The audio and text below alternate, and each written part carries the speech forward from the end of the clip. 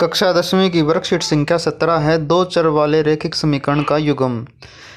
तो ये दो चर वाले रैखिक समीकरण के युग्म हैं और इसको हम ग्राफ पे कैसे दर्शाते हैं, उनको हम हल कैसे करते हैं। तो ये हमारी वर्कशीट है, तो करते हैं इस वर्कशीट को।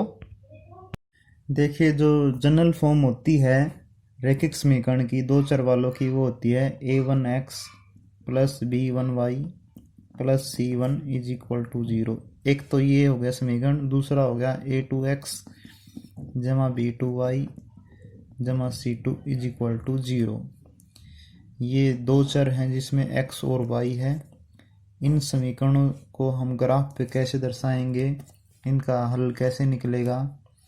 मान लीजिए ये हमारा ग्राफ है, तो मान लीजिए इस इक्वेशन की जो लाइन है वो ऐसे आई, दूसरी इक्वेशन की लाइन ऐसे आई, ये यहाँ पे कट किया इसको।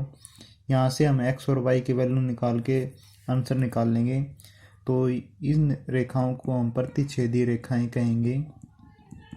दूसरा है, मान लीजिए दो इक्वेशन है ग्राफ पे, एक ऐसे आई और दूसरी भी ऐसे आई, यही समानांतर रेखाएं बोल लेंगे इसको हम।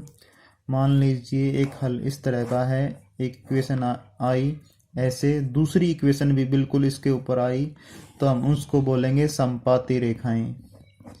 समपाती रेखाएं। अब उसके बाद हमारे पास क्वेश्चन ये है, दिए गए समीकरणों के युग्म x plus Y is equal to 8 और 2x minus Y is equal to 10 के लिए x और y का मान ज्ञात कीजिए ग्राफ पे। तो सबसे पहले हम दो हल निकालेंगे x और y के। सबसे पहले इस इक्वेशन के निकालते हैं, x और y के दो हल निकालेंगे हम। ठीक है, तो निकालते हैं। मान लीजिए x की वैल्यू हमने यहाँ 4 रखी है, तो 4 इस तरफ जाके माइनस का हो जाएगा, 8 में से 4 गया 4। ठीक है, अब मान लीजिए x की वैल्यू हम 2 रखते हैं, तो 2 इस तरफ जाके माइनस का हो जाएगा, 8 में से 2 गया 6, तो y की वैल्यू आ गई 6। हमारे पास x के और y के दो पॉइंट आ चुके हैं। अब इस इक्वेशन के ओर निकाल देते हैं हम, 2x minus Y is equal to 10 के। यहाँ भी इसके हम दो पॉइंट निकाल देते हैं x और y के। मान लीजिए x क्या नाम है, y की वैल्यू 0 रखी हमने, y की वैल्यू 0 रखी, तो 2x बराबर 10 रह गया, यानी x बराबर है 5 रह गया। ठीक है, अब y की वैल्यू 2 रखते हैं, माइनस का 2 हो जाएगा, माइनस का 2 यहाँ आके प्लस का हो जाएगा, तो 2x बराबर है 12, यानी x बराबर है 6। इनकी दो वैल्यू आ चुकी हैं इन इक्वेशन की। अब इसको ग्राफ पे हम सोल्व करते हैं। हमारे पास ग्राफ है, ये ग्राफ पे हम इन दोनों इक्वेशन के पॉइंट को दर्शाएंगे। तो सबसे पहले जो हमारे पास पॉइंट आया था वो था x की वैल्यू 4 और y की वैल्यू 4। ये हमारे पास पॉइंट है, x की वैल्यू 4 और y की वैल्यू 4। ये x एक्सिस हो गया, ये y एक्सिस हो गया।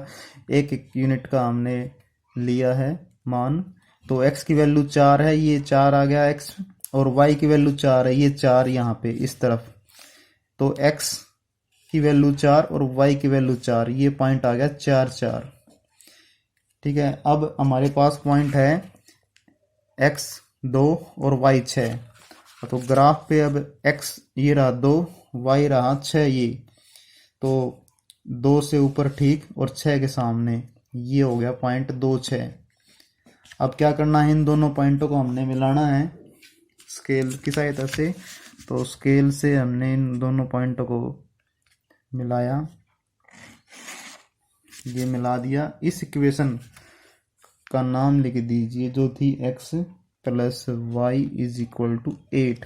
अब दूसरी इक्वेशन के पॉइंट बनाएंगे। दूसरी इक्वेशन में पहला पॉइंट है 5 0, इसका मतलब x की वैल्यू 5 है, y की वैल्यू 0, तो पॉइंट यही बनेगा पहला। तो उसके बाद है दूसरा, x की वैल्यू 6 है, y की वैल्यू 2 है।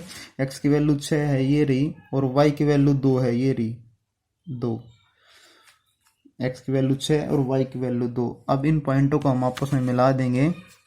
ये हमने आपस में मिला दिया।